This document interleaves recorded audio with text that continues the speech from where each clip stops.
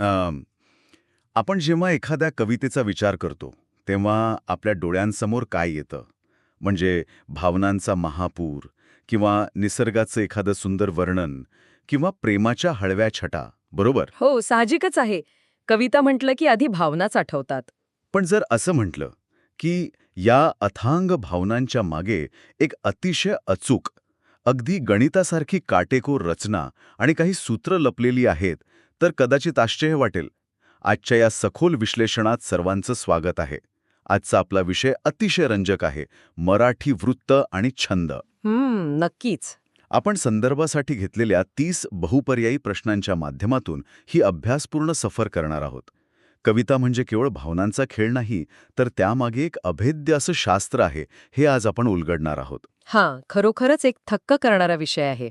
कसं आहे ना, आपण जर बारकाईने पाहिलं, तर वृत्त हे कवितेचं शरीर आहे आणि भावना हा तिचा आत्मा. अरे वा, खूप छान उपमा दिलीत. हो ना, हे नियम, हे गणिताचे साचे इतके भक्कम असतात, की म्हणूनच शेकडो वर्षांपूर्वीच्या संतांच्या रचना आजही आपल्या स्मरणात अगदी ताज्या राहतात.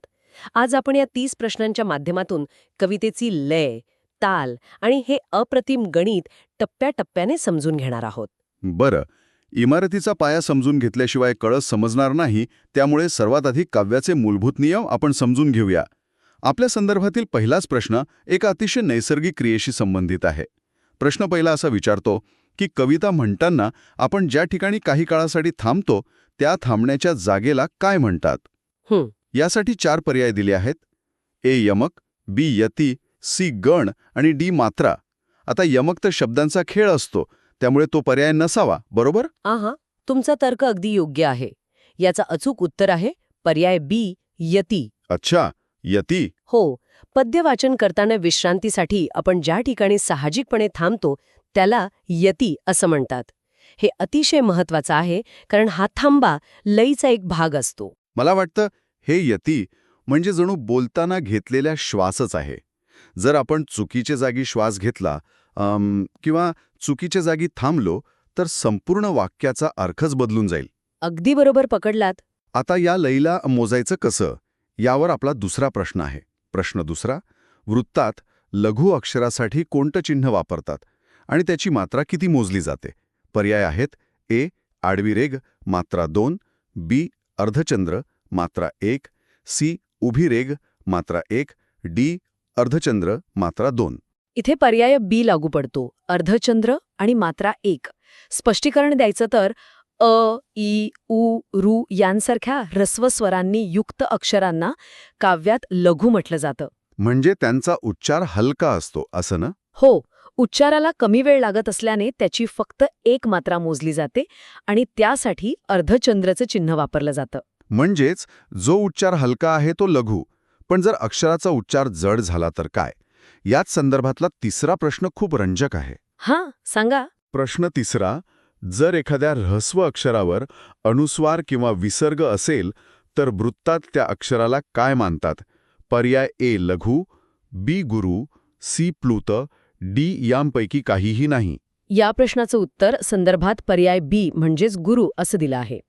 यामागे ध्वनिशास्त्राचा एक खूप सुंदर नियम काम करतो. ध्वनिशास्त्राचा म्हणजे नेमकं कसं? बघा, नियम असा आहे की जरी मूळ अक्षर ऱ्हस्व असलं तरी त्यावर जेव्हा आपण तीव्र अनुस्वार देतो, जसं की पंत मधला प, किंवा विसर्ग देतो जसं दुःख मधला दुह, तेव्हा त्याचा उच्चार करण्यासाठी आपल्याला जास्त श्वास आणि वेळ लागतो. अच्छा, म्हणजे तिथे थोडा जोर द्यावा लागतो. अगदी तेच. उच्चाराची तीव्रता वाढते, त्यामुळे ते गुरु मानलं जातं आणि त्याला 2 मात्रांचं वजन मिळतं. हे खरोखरच आश्चर्यकारक आहे की उच्चाराच्या तीव्रतेवर अक्षराचं वजन बदलतं. मग याच ध्वनिशास्त्राच्या आधारे चौथा प्रश्न सोडवता येईल का पाहूया. हां, प्रश्न चौथा: जोडाक्षरापूर्वीचं ऱ्हस्व अक्षर उच्चारावर आघात किंवा धक्का येत असल्यास काय मानावे? पर्याय आहेत: ए नेहमी लघु मानावं, बी नेहमी गुरु मानावं, सी काही फरक पडत नाही, डी कवितेच्या शेवटी असल्यास लघु मानावं. मागील प्रश्नाच्या तर्कानुसार आघात येत असेल तर वजन वाढायला हवं. अगदी बरोबर तर्क लावलात. म्हणूनच याचं उत्तर पर्याय बी नेहमी गुरु मानावं हेच आहे. म्हणजे आधीच्या अक्षरावर परिणाम होतो तर? हो. उदाहरणार्थ भक्त हा शब्द घेऊया. क त या जोडाक्षराचा उच्चार करताना जो धक्का लागतो तो त्याच्या आधीच्या भ या ऱ्हस्व अक्षरावर पडतो. त्यामुळे ऱ्हस्व असूनही भ हे अक्षर नियमाने जड म्हणजेच गुरु मानलं जातं. आता अक्षरांचं वजन कसं ठरतं हे पूर्णपणे स्पष्ट झालं. पण या अक्षरांना एकत्र मोजायची पद्धत काय आहे? इथे आपला 5वा प्रश्न येतो. अक्षरांचे लघुगुरु क्रम ठरवण्यासाठी किती अक्षरांचा एक गण पाडला जातो? पर्याय ए 2 अक्षरे, बी 3 अक्षरे, सी 4 अक्षरे आणि डी 5 अक्षरे. या गणितानुसार पर्याय बी हे उत्तर अचूक ठरतं. म्हणजेच 3 अक्षरे. म्हणजे 3-3चे गट करायचे? हो ना? पद्यातील अक्षरे मोजताना सोयीसाठी 3-3 अक्षरांचे गट पाडले जातात. या 3 अक्षरांच्या गटालाच व्याकरणात गण असं म्हणतात. 3 अक्षरांचा गट एक अतिशय सुंदर आणि मोजता येण्याजोगी लय तयार करतो. आणि या गणांचा विस्तार किती आहे हे 6व्या प्रश्नातून समोर येतं. प्रश्न 6वा. एकूण मुख्य अक्षरांचे गण किती मानले जातात आणि ते लक्षात ठेवण्यासाठी कोणतं सूत्र वापरतात? हा खूप महत्वाचा प्रश्न आहे. पर्याय आहेत ए 6 गण यमा ताराज भांसलगा, बी 8 गण यमा ताराज भांसलगा, सी 8 गण मस ततजगग, डी 10 गण नमनस भलगा. याचं उत्तर आहे पर्याय बी 8 गण आणि यमाताराज भांसलगा. मुख्य गण 8 आहेत. य, र, त, ज, भ, म, न आणि स. बापरे, हे सगळं लक्षात कसं ठेवायचं? म्हणूनच तर ते सूत्र आहे. हे 8ही गण आणि त्यांचं लघुगुरु स्वरूप एकाच ओळीत लक्षात ठेवण्यासाठी हे यमाताराज भांसलगा सूत्र वापरलं जातं. यात ल म्हणजे लघु आणि ग म्हणजे गुरु. अरे वा, हे यमाताराजभानसलगा सूत्र ऐकायला एखाद्या मास्टर पासवर्ड किंवा संगणकीय अल्गोरिदम सारखंच वाटतंय. म्हणजे फक्त एक शब्द पाठ केला की संपूर्ण 8 गणांची माहिती डिकोड करता येते. तसं पाहिलं तर हे प्राचीन काळातील कोडिंगचंच आहे. हे सूत्र किती वैज्ञानिक आहे आणि कसं काम करतं हे आपण पुढच्या 4 प्रश्नांमधून प्रत्यक्ष उलगडून पाहूया. आपण मगाशी जे यमा तारासूत्र पाहिलं ना, आता तो मास्टर पासवर्ड वापरून आपण 7वा प्रश्न सोडवू. नक्कीच. 7वा प्रश्न असा आहे, म या गणाचे स्वरूप खालीलपैकी कोणते असते? पर्याय ए सर्व लघु, be serve Guru, C आद्यगुरु, D अंत्यगुरु. आता सूत्रानुसार म पासून पुढची 3 अक्षरं घ्यायची ना? होय, आणि मा, ता, रा ही तिन्ही अक्षरे दीर्घ आहेत. म्हणजेच त्यांना जास्त वेळ लागतो. त्यामुळे याचं उत्तर काय असायला हवं? जर तिन्ही दीर्घ आहेत तर उत्तर पर्याय बी असायला हवा, सर्व गुरु. अगदी तंतोतंत. म गणाची तिन्ही अक्षरे गुरु असतात. आता याच पद्धतीने 8वा प्रश्न पाहूया. हो. प्रश्न 8वा. न या गणाचे योग्य स्वरूप ओळखा. पर्याय ए सर्व गुरु, बी सर्व लघु, सी मध्य गुरु आणि डी आद्य लघु. आता सूत्राकडे परत जाऊया. हो. सूत्रात न पासून पुढे 3 अक्षरे घेतली तर न, स, ल अशी येतात. ही तिन्ही अक्षरे ऱ्हस्व आहेत. याचा अर्थ इथे उत्तर पर्याय बी सर्व लघु हे असणार. अगदी बरोबर. उदाहरणार्थ नमन हा शब्द, ज्या तिन्ही अक्षरे लघु आहेत. आता 9वा प्रश्न बघूया. भ या गणाचे वैशिष्ट्य काय असते? पर्याय ए मध्यगुरु, बी आद्यगुरु, सी अंत्यगुरु, डी सर्व लघु. बरं. सूत्रात भ पासून भानस असा क्रम येतो. भा हे पहिलं अक्षर दीर्घ म्हणजेच गुरु आहे आणि न, स लघु आहेत. पहिल्या स्थानी गुरु असल्यामुळे उत्तर पर्याय बी आद्यगुरु हे आहे. बरोबर. आणि या गणांवरचा शेवटचा म्हणजे 10वा प्रश्न आहे, ज या गणाचे लक्षण खालीलपैकी कोणते? पर्याय ए आद्यलघु, बी सर्वगुरु, सी मध्यगुरु, डी अंत्यलघु. ज पासून ज भा न म्हणजे लघु गुरु लघु. मधलं अक्षर गुरु आहे, त्यामुळे उत्तर पर्याय सी मध्यगुरु. नक्कीच. ही कोडिंग खरोखरच अप्रतिम आहे. पण आता मला एक प्रश्न पडला. गणांचं हे रहस्य आपण डिकोड केलं, पण हे गण प्रत्यक्षात कवितेची ओळ, ज्याला आपण चरण म्हणतो, ती कशी तयार करतात? हाच तर खरा काव्यरचनेचा गाभा आहे. हे वेगवेगळ्या गणांचे गट विशिष्ट क्रमाने एकत्र येतात आणि त्यातून अक्षरगण वृत्ते तयार होतात. अच्छा. आणि या वृत्तांना समजून घेताना आपण फक्त त्यांची सूत्र पाहणार नाही आहोत, तर ती सूत्र तशीच का आहेत हेही समजून घेणार आहोत. मग वळूया या अक्षरगणवृत्तांच्या लक्षणांकडे, म्हणजे प्रश्न 11 ते 18 कडे. सुरुवातीलाच एक खूप रंजक वृत्ताचा प्रश्न आहे. प्रश्न 11वा. य य य य म्हणजे सलग 4 य गण. हा गणक्रम कोणत्या अक्षराबद्ध वृत्ताचा आहे? पर्याय ए वसंत तिलका, बी भुजंगप्रयात, सी मालिनी, डी शिखरिणी. याचं अचूक उत्तर आहे पर्याय बी भुजंग प्रयात. आता इथे थोडं थांबूया आणि यामागील अर्थ समजून घेऊया. हो, नक्की. भुजंग प्रयात वृत्तात प्रत्येक चरणात 12 अक्षरे असतात, म्हणजे 4 योगण, 3 चोक 12. भुजंग प्रयात म्हणजे सापासारखी चाल. योगणाचं स्वरूप असतं आद्य लघु, म्हणजे लघु गुरु गुरु.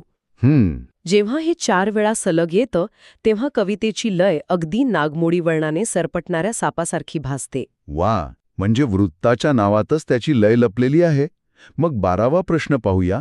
म स ज स त त ग हे 19 अक्षरे असणाऱ्या कोणत्या वृत्ताचे गणसूत्र आहे? पर्याय ए मंदाक्रांता, बी शिखरिणी, सी शार्दूल विक्रीडित, डी पृथ्वी. या गणितानुसार सी हा पर्याय अचूक ठरतो. शार्दूल विक्रीडित हे 19 अक्षरांचं अतिशय भव्य वृत्त आहे. शार्दूल विक्रीडित नावावरूनच काहीतरी भव्य वाटतंय. हो ना. शार्दूल विक्रीडित म्हणजे वाघाचा खेळ. जेव्हा हे वृत्त गायलं जातं तेव्हा म स ज स त त ग या गणक्रमामुळे सुरुवातीला एक डौलदार चाल आणि नंतर एखाद्या वाघाने झेप घ्यावी तशी मोठी लय तयार होते. म्हणूनच यात 12व्या अक्षरावर मोठा थांबा म्हणजे यती असतो. किती सुंदर दृश्य उभं राहतंय डोळ्यांसमोर. सापाची चाल आणि वाघाची झेप. आता पुढील काही प्रश्न या वृत्तांच्या लांबीवर आधारित आहेत. प्रश्न 13वा. तभ जझ ग ग हा गणक्रम खालीलपैकी कोणत्या वृत्ताचा आहे ज्यामध्ये 14 अक्षरे असतात? पर्याय ए इंद्रवज्रा, बी वसंत तिलका, सी मालिनी, डी भुजंग प्रयात. या 14 अक्षरी वृत्ताचं उत्तर आहे पर्याय बी वसंत तिलका. याच्या प्रत्येक चरणात 14 अक्षरे असतात आणि 8व्या अक्षरावर यती येतो. आणि लगेच पुढचा प्रश्न 14वा विचारतो न न म य य हे कोणत्या वृत्ताचे लक्षण आहे ज्याच्या प्रत्येक चरणात 15 अक्षरे असतात? पर्याय ए शिखरिणी, बी पृथ्वी, सी मालिनी, डी मंदाक्रांता. 15 अक्षरांच्या या रचनेचं उत्तर आहे पर्याय सी मालिनी. याची लय कशी असते? मालिनी वृत्तातही 8व्या अक्षरावर यती येतो, पण याची लय वसंत तिलकापेक्षा पूर्णपणे वेगळी असते, कारण ह्यात सुरुवातीला 2 न गण म्हणजे सर्व लघु येतात, ज्यामुळे ओळीची सुरुवात अतिशय हलक्या आणि जलद गतीने होते. अच्छा, म्हणजे गणांच्या क्रमामुळे कवितेचा मूळ ठरतो तर. आता 17 अक्षरी वृत्तांचे 2 प्रश्न आहेत. प्रश्न 15वा. य म न स भ ल ग हे 17 अक्षरे असणाऱ्या कोणत्या वृत्ताचे गाणं आहेत? पर्याय ए मंदाक्रांता, बी पृथ्वी, सी शिखरिणी, डी हरिणी. याचं उत्तर पर्याय सी शिखरिणी हे आहे. शिखरिणीमध्ये 17 अक्षरे असून 6व्या अक्षरावर यती असतो. पण मग 16व्या प्रश्नात थोडा वेगळा क्रम आहे. प्रश्न 16वा. म भ न त त ग ग हे 17 अक्षरी वृत्त कोणते ज्यात 4थ्या आणि 10व्या अक्षरावर यती येतो? पर्याय ए शिखरिणी, बी मंदाक्रांता, सी पृथ्वी, डी शार्दूल विक्रीडित. अक्षरे 17च असली तरी गणांचा क्रम बदलल्यामुळे याचं उत्तर आहे पर्याय बी मंदाक्रांता. म्हणजे यात लय बदलते? हो. मंदाक्रांता वृत्ताची सुरुवात म गणाने म्हणजे सर्व गुरुने होते, त्यामुळे शिखरिणीपेक्षा याची चाल संथ आणि गंभीर असते. मेघदूत हे काव्य याच मंदाक्रांता वृत्तात लिहिलं गेलं आहे. एकच अक्षरांची संख्या पण गणांमुळे 2 वेगवेगळ्या भावना. आता उरलेले 2 वृत्तांचे प्रश्न पाहूया. प्रश्न 17वा. ज स ज य हा गणक्रम खालीलपैकी कोणत्या 12 अक्षरी वृत्ताचा आहे? पर्याय ए भुजंग प्रयात, बी वंशस्थ, सी उपेंद्र वज्रा, डी तोटक. मगाशी आपण 12 अक्षरी भुजंग प्रयात पाहिलं, पण इथे गण वेगळे आहेत, त्यामुळे याचं उत्तर पर्याय बी वंशस्थ हे आहे. आणि 18वा प्रश्न. इंद्रवज्रा या अक्षर गणवृत्ताचे योग्य गणसूत्र कोणते? पर्याय ए त त ज ग ग, बी त भ ज ज ग ग, सी म स ज स त त ग, डी ज स ज य. इंद्रवज्रा हे 11 अक्षरांचं वृत्त आहे आणि याचं उत्तर आहे पर्याय ए त त ज ग ग. एक मिनिट, मला सांगा, एवढी सगळी वृत्ते आणि त्यांचे नियम लक्षात कसे ठेवायचे? श्रोत्यांसाठी काही शॉर्टकट ट्रिक्स आहेत का? नक्कीच आहेत. वृत्तांना त्यांच्या अक्षरांच्या संख्येनुसार गटात लक्षात ठेवावं. म्हणजे कसं? जसं की 12 अक्षरी भुजंग प्रयात आणि वंशस्थ, 17 अक्षरी शिखरिणी आणि मंदाक्रांता आणि 19 अक्षरी शार्दूल विक्रीडित, असं गटाने लक्षात ठेवलं की सोपं जातं. हा तात्विक भाग तर आपण पाहिला, पण प्रत्यक्ष कवितेत हे कसं ऐकायला मिळतं? प्रश्न 19 ते 23 मधून आपण याची काही प्रसिद्ध उदाहरणे पाहूया. 19वा प्रश्न, मनास सज्जना भक्तिपंथेची जावे, तरी श्रीहरी पाविजे तो स्वभावे. हे प्रसिद्ध कडवे कोणत्या वृत्तातील आहे? पर्याय ए वसंत तिलका, बी मालिनी, सी भुजंग प्रयात, डी शिखरिणी. आता इथे आपण मगाशी शिकलेलं गणित लावूया. या ओळीतील अक्षरे मोजा. ती बरोबर 12 भरतात. आणि अक्षरांचा लघुगुरुक्रम लावल्यास य य य य हा गणक्रम येतो. म्हणूनच याचं उत्तर आहे पर्याय सी भुजंग प्रयात. मला इथे एक गोष्ट जाणवते. समर्थ रामदासांनी मनाचे श्लोक लिहिताना हेच वृत्त का निवडलं असेल? य य य य च्या सलग लयीमुळे ते लहान मुलांपासून मोठ्यांपर्यंत सर्वांना पाठांतर करायला अत्यंत सोपं जातं. हेच त्याचं कारण असावं. हो ना, अगदी बरोबर. लयीचा मानवी मेंदूवर होणारा परिणाम त्यांनी अचूक जाणला होता. आता 20वा प्रश्न पाहूया. आला आषाढ श्रावण, आला आषाढ श्रावण, किंवा पलीकडे ती 4 घरे कापसाची. या ओळी कोणत्या वृत्ताचे उदाहरण आहेत? पर्याय ए आर्या, बी पादाकुलक, सी नववधू, डी आनंदकंद. याचं उत्तर आहे पर्याय बी पादाकुलक. इथे एक महत्वाचा बदल होतो. पादाकुलक हे अक्षरांवर अवलंबून असलेलं वृत्त नाही, तर ते मात्रा वृत्त आहे. अच्छा, म्हणजे इथे अक्षरांची संख्या महत्वाची नाही. बरोबर. या वृत्ताच्या प्रत्येक चरणात 16 मात्रा असतात. मात्रावृत्त हा प्रकार आपण पुढे सविस्तर पाहणारच आहोत. पण त्याआधी 21वा प्रश्न, जय जय महाराष्ट्र माझा, गरजा महाराष्ट्र माझा. या रचनेत कोणते वृत्त किंवा छंद प्रामुख्याने आढळतो?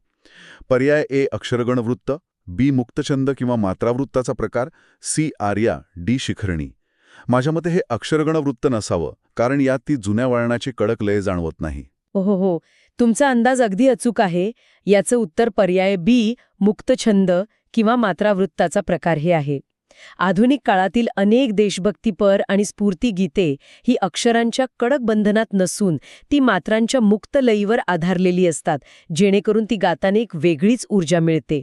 आता 22वा प्रश्न, सदा सर्वदा योग तुझा घडावा, तुझे कारणी देह माझा पडावा. या श्लोकात कोणते वृत्त आहे? पर्याय ए वंशस्थ, बी भुजंगप्रयात, सी मालिनी, डी वसंत तिलका. हा श्लोकही 12 अक्षरांचा आहे आणि याची लयही मनाच्या श्लोकांसारखीच आहे. त्यामुळे साहजिकच याचं उत्तर पर्याय बी भुजंगप्रयात हेच आहे. उदाहरणांमधला शेवटचा म्हणजे प्रश्न 23वा, द्रौपदीस खळतो जगी नग्न करूप आहे, धाव धाव नारायणा अशी ती वदे. या रचनेचा प्रकार कोणता? पर्याय ए ओवी, बी आर्या, सी अभंग, डी मुक्तछंद. मोरोपंतांची आठवण करून देणारा हा प्रश्न आहे. याचं अचूक उत्तर आहे पर्याय बी आर्या. आर्या हे एक प्रसिद्ध मात्रावृत्त आहे. याची रचना कशी असते? पहिल्या चरणात 12 व दुसऱ्या चरणात 18 मात्रा असं याचं गणित असतं आणि मोरोपंतांच्या आर्या संपूर्ण महाराष्ट्रात प्रसिद्ध आहेत. मोरोपंत म्हटले की आर्या आलीच. आता आपण अक्षरांच्या या कडक बंधनातून थोडे बाहेर पडूया आणि महाराष्ट्राच्या मातीतील छंदांकडे वळूया. प्रश्न 24 ते 30 मध्ये आपण याच लोकछंदांवर चर्चा करणार आहोत. प्रश्न 24वा विचारतो, ज्या पद्यरचनेत अक्षरांची संख्या निश्चित नसून केवळ मात्रांची संख्या निश्चित असते त्याला काय म्हणतात? पर्याय ए अक्षरगणवृत्त, बी मात्रावृत्त किंवा जाती, सी मुक्तछंद, डी छंद. इथे पर्याय बी लागू होतो, मात्रावृत्त, ज्याला जाती असंही म्हणतात. म्हणजे यात नेमकं काय वेगळं असतं? अक्षरगणवृत्तात अक्षरे आणि गण महत्वाचे असतात, पण मात्रावृत्तात अक्षरे कमी जास्त असली तरी चालतात, फक्त त्यांच्या उच्चाराला लागणाऱ्या वेळेची म्हणजेच मात्रांची एकूण संख्या सारखी असणं गरजेचं असतं. यामुळे कवीला शब्दांची निवड करण्यासाठी थोडं अधिक स्वातंत्र्य मिळतं. आणि या स्वातंत्र्याचा सर्वात सुंदर वापर संतांनी केला. प्रश्न 25वा, संत ज्ञानेश्वरांनी ज्ञानेश्वरी हा ग्रंथ प्रामुख्याने कोणत्या छंदात लिहिला आहे? पर्याय ए अभंग, बी ओवी, सी आर्या, डी श्लोक. याचं उत्तर बहुतेकांना माहीत असतंच, ते आहे पर्याय बी ओवी. ओवी हे महाराष्ट्राच्या लोकजीवनातून आलेलं वृत्त आहे. प्रश्न 26वा. संत तुकारामांचे गाथा वाङ्मय कोणत्या छंदात रचलेले आहे? पर्याय ए ओवी, बी अभंग, सी भुजंगप्रयात, डी मालिनी. संत तुकारामांचं नाव आलं की ओठांवर आपोआप अभंग येतात. याचं उत्तर आहे पर्याय बी अभंग. अभंग हा महाराष्ट्रातील एक अत्यंत जिव्हाळ्याचा छंद आहे. याच अभंगाचे प्रकार आपण आता पाहू. 27वा प्रश्न. मोठा अभंग या छंदाच्या रचनेत प्रत्येक चरणात अनुक्रमे किती अक्षरे असतात? पर्याय ए 6 6 6 4, बी 8 8 8 6, सी 12 12 12 12, डी 8 8 8 8. मोठ्या अभंगाच्या रचनेनुसार याचं उत्तर पर्याय बी 8 8 8 6 हे आहे. यात एकूण 4 चरण असतात. अच्छा, म्हणजे 4 ओळी. हो, पहिल्या 3 चरणांत प्रत्येकी 8 अक्षरे आणि शेवटच्या चरणात 6 अक्षरे असतात. दुसऱ्या आणि तिसऱ्या चरणात यमक जुळतं. आणि 28वा प्रश्न. लहान अभंग या छंदाच्या चरणातील अक्षरांची संख्या कशी असते? पर्याय ए 8 8 8 6, बी 6 6 6 4, सी 6 6 6 6 आणि डी 5 5 5 5. मोठ्या अभंगाचा संदर्भ लक्षात घेतला तर लहान अभंगाचं उत्तर सहज मिळतं. पर्याय बी 6 6 6 4. पहिल्या 3 चरणांत 6 अक्षरे आणि शेवटच्या चरणात फक्त 4 अक्षरे. 29वा प्रश्न आधुनिक काळाकडे घेऊन जातो. आधुनिक मराठी कवितेत वाचनाच्या लयीनुसार मुक्तपणे लिहिलेल्या कोणत्याही बंधनात नसलेल्या रचनेला काय म्हणतात? पर्याय ए मात्रावृत्त, बी मुक्तछंद, सी अक्षरगणवृत्त आणि डी ओवी. याचं उत्तर पर्याय बी मुक्तछंद असं आहे.